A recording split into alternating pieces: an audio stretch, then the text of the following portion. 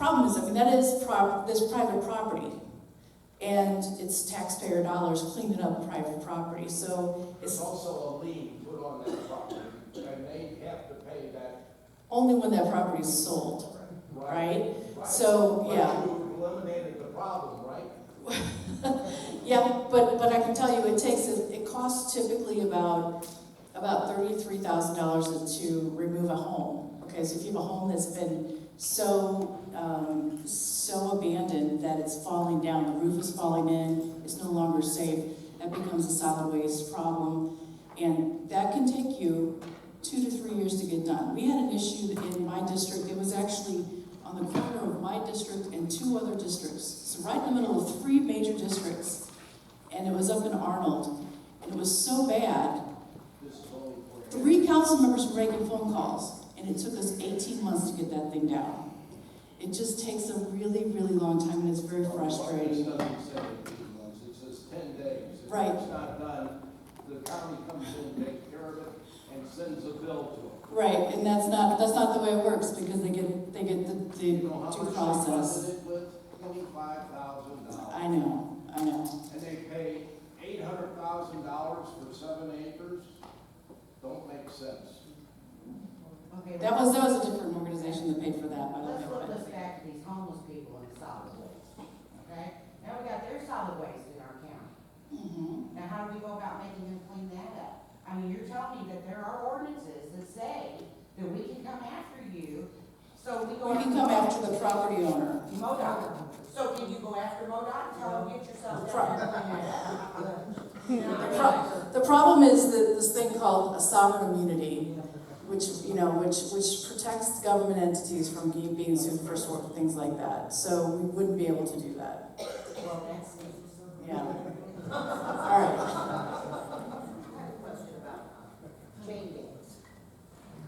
Why can't they use like a chain gang to get rid of that house he's talking about, or get it cleaned up or something, and take some of the time off some of the prisoners' sentences, to go out there and do it? Of course, it has to be stuff together, probably. Oh, when we had it was a much simpler time.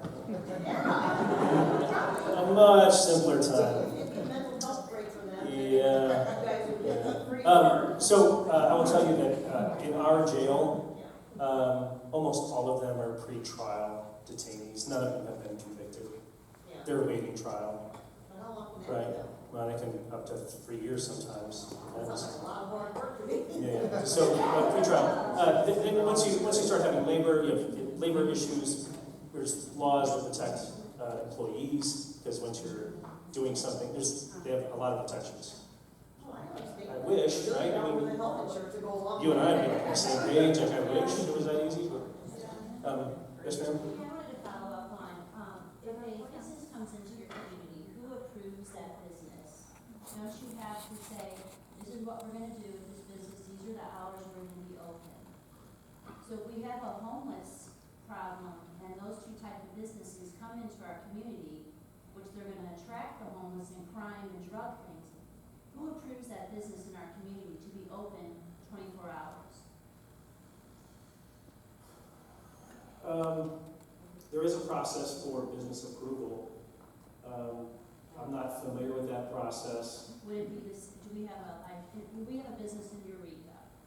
We had to put down what we were doing, our hours and everything, and what type of business we were gonna be operating. And I guess like it was a Eureka Chamber of Commerce. Do we have one in Cedar Hill? Who approved that business? I didn't think you could move into a community without disclosing what you're gonna be doing and how. Jefferson County government approves business licenses. Okay. So if they knew we couldn't I'm have sorry. a problem. Derek might be more familiar with this. This is not something that we deal with in law enforcement, unless it's a liquor license or a liquor law violation. You know, you have to remember that you're in an unincorporated county. You're not in the city of Eureka or the city of, Arnold. So there are less ordinances and rules. And, if a merchant's license is not required and the zoning's right, then the county doesn't have much say on what that business does. But shouldn't we be treating, if there's people living here and it's their community, shouldn't we maybe look into some of that? to make sure it's something we maybe would go in our community, that's good for the community, that doesn't attract that sort of traffic. So it makes it life easier for the sheriff's department, the people that live here, that we don't attract such undesirables maybe. That the children that can't even play on the playground by the Peace Pantry because they're finding drugs and people hanging out there. I would suggest if you have ordinances from some of those other cities that you like and you think the county might be able to do, just share those with your council. I mean, all of your council members are responsive. And share it with them so that they can run it through the county, counselor to see if it's something that the county can pass. But as of right now, I mean, if you want that much more restriction, you need to look at incorporation.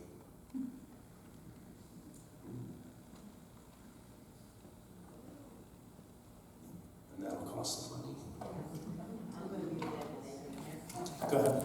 Okay. I'm here for you. In Bliss and House Springs, I'm sorry? in Bliss, it's that building that's on the stills, that's a medical marijuana facility.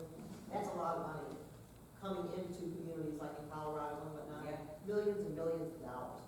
And I just wondered, alcohol is more of a problem with domestic assault, or is it marijuana? I think alcohol can be more abusive than any kind of the other stuff in my opinion. I just see it with my own eyes, I think. But I'm wondering how much, why, is that place up and running? And are they looking forward to how much revenue responsibly using people are going to bring into the community? You know? Derek, I'm sorry, but, I know you're involved in this, and so I will defer. Listen, we know from a law enforcement perspective, certain things are gonna happen to this, right? I mean, we're gonna get more drug-related calls, we're gonna have more drug-related traffic crashes. There are certain things that, as a community, we will deal with as a state, right? I mean, because in some ways, we've already seen what's happened, other jurisdictions, other states that have incorporated that. The next step is the legalization. So as law enforcement, we will have different issues to tackle as a result of it.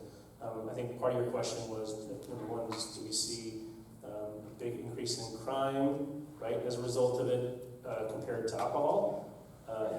And right now we see more issues with alcohol, and they can mix in there. I mean, they're both depressants, but we see more of the unpredictable behavior when alcohol is mixed with, particularly when it's mixed with prescriptions and some of the other things.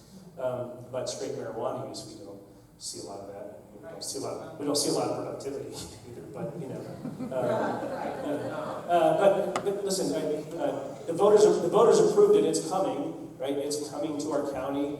I will tell you, I know some of the owners, and I know some of the backgrounds, and obviously these are business ventures. Some of them are more admirable than others in terms of the population that they serve. But it's just something we're going to have to deal with as a county. I don't see a giant windfall. I think there's taxing structures for the sales of it and where that money goes. Jefferson County is not going to be booming as a result of the marijuana industry. Yes, ma'am. I want to know my rights as a homeowner. I'm having issues with a neighbor. We lived in this house for 32 years. They lived there for 5. I live in a cul-de-sac. I walk this cul-de-sac just about every day for 32 years. The other day, they've got 5 dogs. One just got killed on the highway about a month ago. And I was walking my dog, and all of a sudden, 2 of their dogs come and started snapping at my heels. They will not keep their dogs in the yard. It seems like every time I go down there, they let one of the dogs out, or several of the dogs out. The traffic that goes down to this house is ridiculous. I'm going to stop you at the first part. Number one, as a private citizen, you always have a right to defend yourself and protect your personal property, right? So to protect your well-being, your personal safety as a citizen, you have the same right as I do to protect yourself. Well, you started going down a different road about seeing traffic and stuff like that, and I don't want you to mix the two, right? Yeah. Well, That's how people get in trouble. And so, look, as a citizen, you always have the right to defend your personal safety, right? And not of somebody else. And so I'll just leave it like that, because that can be a huge conversation about what's possible, what's not. And I'm willing to stay over and talk about personal safety if you want. Okay. Fair enough? Yes, sir. Another issue that's concerning, since we're bored in St. Louis County, they're trying to reimpose another mask mandate.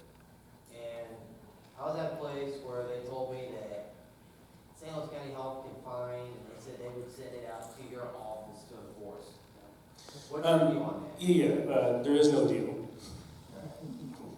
So, No deal. no deal. No deal. So if I I get mean, listen, we took a stand early on when some of the craziness started happening. It was around March 13th last year. Right? And I will tell you that we were very clear with directives to our officers in terms of what they were going to do, what they were allowed to do, how they handle these types of complaints. And this is a very, very polarizing subject. Believe me, early on, we took the position that we are not the mass police, we are not the enforcement arm of Department of Health, and that's where we stand today. And so you will not see sheriff's deputies enforcing okay, so that. I'll be making sure, because like I was in a place and I forgot to wear one, and they said, oh, well, we're gonna call St. Louis County Police, and then they're like, well, we'll just send it out to your Jefferson County resident. I said, I'm not a resident, and they're like, well, we're gonna fine you, so. Well, there's a legal process that goes through it. In short, and I will tell you that when we published our response, there was numerous jurisdictions across the state, across the country, that captured that from our Facebook page and shared it with our officers, saying we will handle this the exact same way. If it becomes an issue where you are trespassing on private property, look, we will ask you, to leave on behalf of the business owner, who then can essentially file a charge against trespassing. But I will tell you, of the cases we've had, we, to my knowledge, have issued 0 summonses, right? We get compliance because we just talk it through and say, look, if you don't want to patronize a business, don't give them your money. I get it. But we've worked through all those issues without ever taking any enforcement action. And there's been a lot of, as you can imagine, these school districts, very polarizing, where they, demand a deputy, and you have many people who want masks, you're going to kill my kids, and they have an opportunity to get this education, and you have these over here, and we've successfully navigated all those different strong personalities. Yes, ma'am. I don't mean to keep bothering you. I No, really appreciate you. I'm here for you. I appreciate you coming out. Someone wanted to know, have you, with the shortage of deputies, I mean, we need more deputies, obviously, we need more. Have you considered reserve officers? Yeah, yes and no. We have a couple reserve officers. The problem is our job is becoming more and more challenging. We have to have deputies that are trained to a greater extent than we've ever had. The community demands a more professional police department than we've ever had. And quite honestly, reserve officers cannot meet our training and time requirements. That's really what it comes down to. We've tried it a couple of times over the years. I've been in division commander where I was responsible for them. And when it comes down to mandatory training, they can't get it. And so when it comes down to litigation and something goes wrong, and something always goes wrong, right? It's just a matter of time before things go wrong. The response really needs to be that this person received all the training that all these other officers had, and there's a lot of training that goes into it. And so it needs to be a commitment. We don't want people dabbling in police. Right. Look, there's a couple municipalities in our county that dabble in policing. You don't want that. You want a professionally, highly trained police department, and you want to know that they're committed to this community, not just showing up here to lock people up and cause problems. And so we expect a lot of our police officers and the reserves that we have, which I think are 2 or 3, are very committed. And if they can't commit to the time, they can't commit to the training, then we just don't have them. And it's an accreditation thing, it's a litigation thing, it's mitigating our risk for litigation. Well, makes sense. Yeah. I mean, you don't want a bunch of cowboys out there either. Yeah. Yes, ma'am. It's more of a statement, I suppose, but looking for guidance. I'm glad to see that you have a mental health professional that's helping you. I'm wondering, even on federal, state, local levels, how can we make that more prevalent? Because I feel like a lot of the crime is due to mental health issues, and I feel like we need even more resources on that end than maybe even just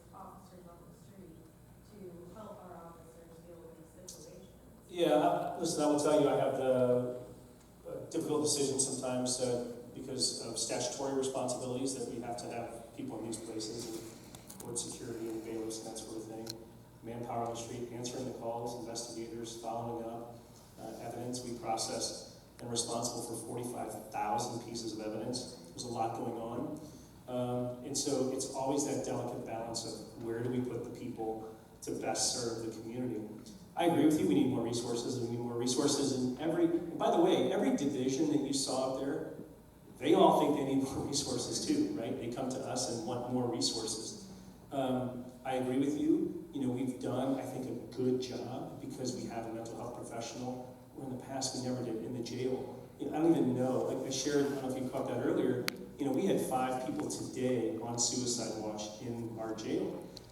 It's a high-risk population. Many of them have, substance or chemical dependency issues. They're facing serious charges. So there's a lot of reasons, and a lot of reasons that we end up with suicides in our jail. We've allocated resources for that. We've obviously hired a response professional. She's got an incredible amount of experience. So we are doing it. But I think one of our goals long-term is if there are federal dollars available, and I think that can happen at some point because I think the conversation is there. And by the way, this isn't new to law enforcement. You see the politicians who are like, we need more mental health professionals, and law enforcement's, wow, we never thought about that. Wow, it's groundbreaking. No, we knew when you closed the mental health, I'm old enough to remember this. I was a police officer when you closed all the mental health hospitals, and we're like, where are they going to go, right? And so we've been dealing with this for a long time. I will tell you that I think we've been successful as a county. The fact that the sheriff's office has one, or actually one outside here and then one in the jail, that's 2. None of the municipalities in Jefferson County have that resource. And so I will tell you that my commitment is to make the investment. And if there's money available through grants, we will apply for more. But again, we have to, sometimes they can draw resources from the road, right?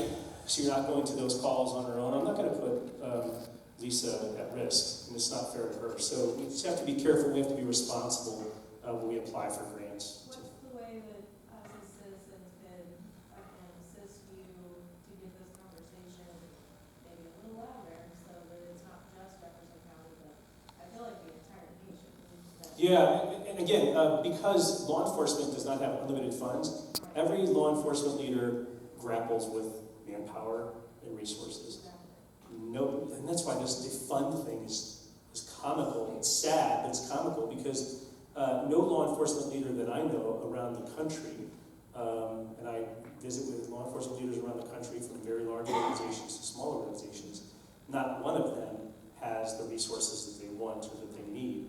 And so it is part of a larger conversation. Any other questions? Yes, ma'am. Mentioning chain gangs, community service, is there a way to get people that can be available to do community service as part of their? Most of that comes from a prosecutor recommendation, so I'll let you talk about that. So we do recommend community service, but we have no way to control what that is. So generally they're on probation, and they go to the probation officer, and the probation officer will say, here's a list of things that you can do, and then they go to those places and do so. It's wherever they can do it, but we don't have like a partnership or anything with anyone around here. We can only touch so much in our office, so.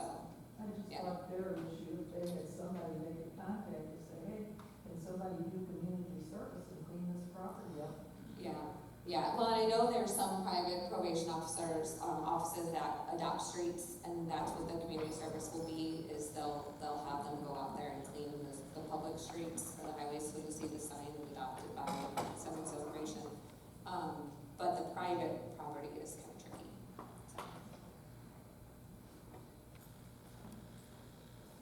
You guys have anything for me? What happened? I will say, we do need a jail, but we need a courthouse. If you've never been to the Jefferson County Courthouse, please take a tour. I will give you one myself. But that's a topic for another day. We need one with better accessibility. Yes, we do. You saw who I was here with, yeah. Yes, we It's do. difficult when you had to go down. Yes, it is. A couple things. I as we depart here, and I will stick around for questions on particular different issues, because sometimes they can drag into me asking a whole bunch of questions. Because if I'm gonna give you an answer, I just want to, know what the scenario is, rather than blanket statements. My email address is up there. I think on this, when we announced that we were gonna host a town hall, there was a couple people who said, I called the sheriff's department, they never returned my phone call. I said, well, here's my email address if you need it. And it's been 3 days, and the person who felt compelled to go to social media and complain still hasn't reached out to me, and pretty available. You can call my office. The email is the absolute best way. I check my phone quite a bit. Leave me a phone number. I will call you when I'm driving. I seem to be driving a lot these days to different meetings, whatever. If you call me, I will call you. Now, I might not give you the answer that you want, which is something completely different. But I will at least call and talk to you, just like I did tonight, and kind of help, if there is a way for us to formulate a solution, I'll work with you on that. So I'm limited on what I can tell you, just so you guys know, by my ethics. So if you're gonna call me and ask me about, or email me about a specific case, don't be upset when I say I can't, if it's open, I can't discuss it with you, just so you guys know.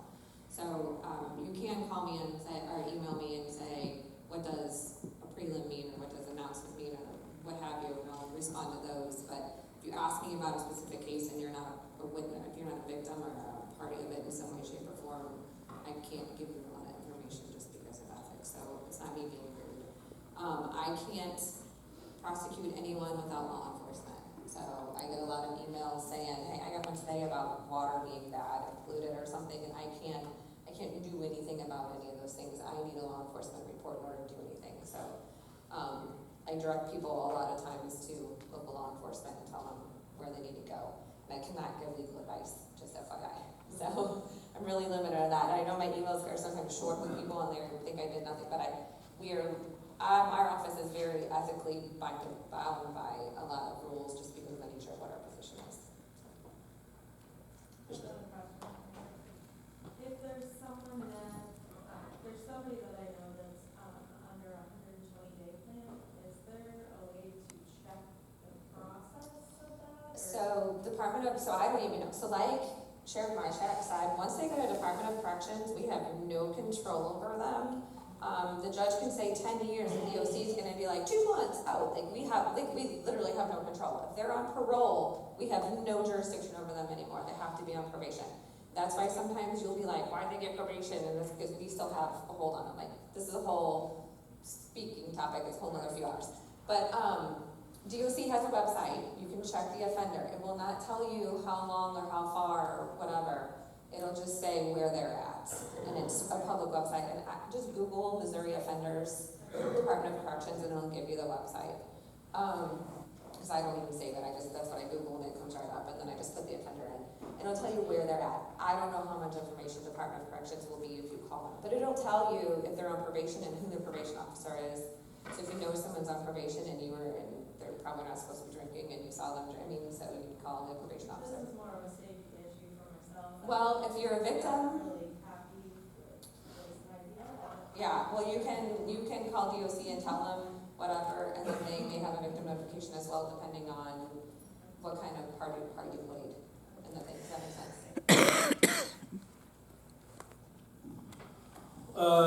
Thank you for participating in your community. Oh, one more hand.